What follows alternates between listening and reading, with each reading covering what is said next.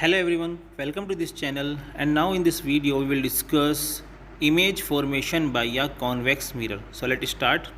The convex mirror is also known as diverging mirror. इसको diverging mirror इसलिए कहा जाता है बिकॉज ये प्रिंसिपल एक्सिस के पैरेलल आ रही सारी बीम्स ऑफ लाइट्स को डिफरेंट डायरेक्शन में डाइवर्ज कर देता है because of its reflecting surface, क्योंकि जो इसका रिफ्लेक्टिंग सरफेस है वो आउटवर्ड बेंट होता है, बाहर की तरफ बेंट होता है, जिसकी वजह से इसका जो कन्वर्जिंग पॉइंट बिल्कुल जीरो होता है और डाइवर्जिंग पॉइंट इसका मैक्सिमम होता है। इसी वजह से इसको डाइवर्जिंग मिरर भी कहा जाता है। इसे हम यहाँ नीचे एनिमेशन में देख के समझ सकते हैं। जैसे हमारे पास एक कैंडल है जो कॉन्वेक्स मिरर के फ्रंट में रखी हुई है, एंड आप यहाँ देख सकते हैं कि किस तरीके से हमें यहाँ पे इमेज देखने को मिलती है। So understanding this formation of image we have to discuss the cases that are related to the position of object in front of convex mirror. So let's start by the case first. When the object is placed at the infinity, अगर object को हम infinity में रखते हैं तब हमारी image कहाँ पे फॉर्म होती है, यहाँ पे डिस्कस करने वाले हैं हम लोग। So in this case the image is form between the mirror and the object.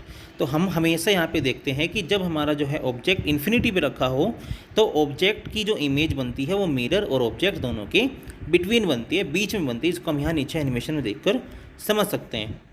तो जैसे हम यहाँ देख पा रहे हैं कि अगर हमारे पास जो ऑब्जेक्ट है वो इन्फिनिटी पे रखा है तो उससे जो लाइट आ रही है हमारी, अगर वो प्रिंसिपल एक्सिस के पैरेलल आती है तो वो जो रिफ्लेक्टिंग सरफेस है हमारा उसका बेंट आउटसाइड होने की वजह से डिफरेंट डायरेक्शन में वो निकल जाती है, मीन्स वो डाइवर्ज हो जाती है।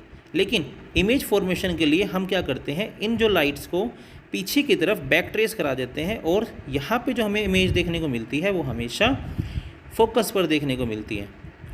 So then according to this हम कह सकते हैं कि जो हमारी इमेज यहाँ पे फॉर्म हुई है उसका साइज़ हाईली डायमिनिश्ड होगा, बहुत ज़्यादा छोटा होता है साइज़ में, एंड इसका जो नेचर होता है इमेज का यहाँ पे वो वर्चुअल एंड इरेक्ट होता है। मींस हमारी यहाँ पे जो इमेज बनती है वो हिंदी में बोले तो आभासी बनती है, मींस एक फील्ड इमेज होती है ओनली।